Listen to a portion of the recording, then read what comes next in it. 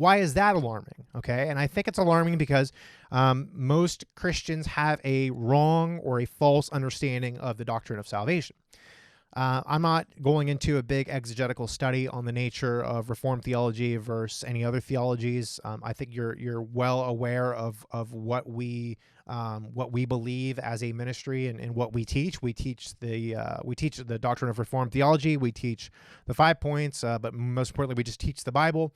And I think you have to like election is in the Bible, predestination is in the Bible. Those topics are talked about at length in the Bible. They're not just New Testament doctrines. They're talked about from Genesis 1 all the way through to the end of Revelation. And so there is a need for an understanding of what that doctrine is. And I think what it comes down to a lot of times is most people do not want to accept the fact that they were not the ones that initiated their salvation.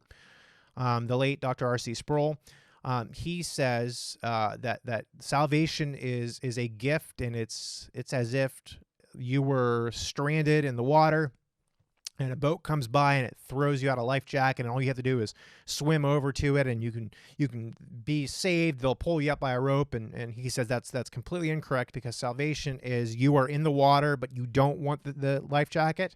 And Jesus himself jumps into the water. He grabs you. He pulls you over to the boat. He brings you up to the boat, and then he jumps back in the water, and he takes your penalty upon himself.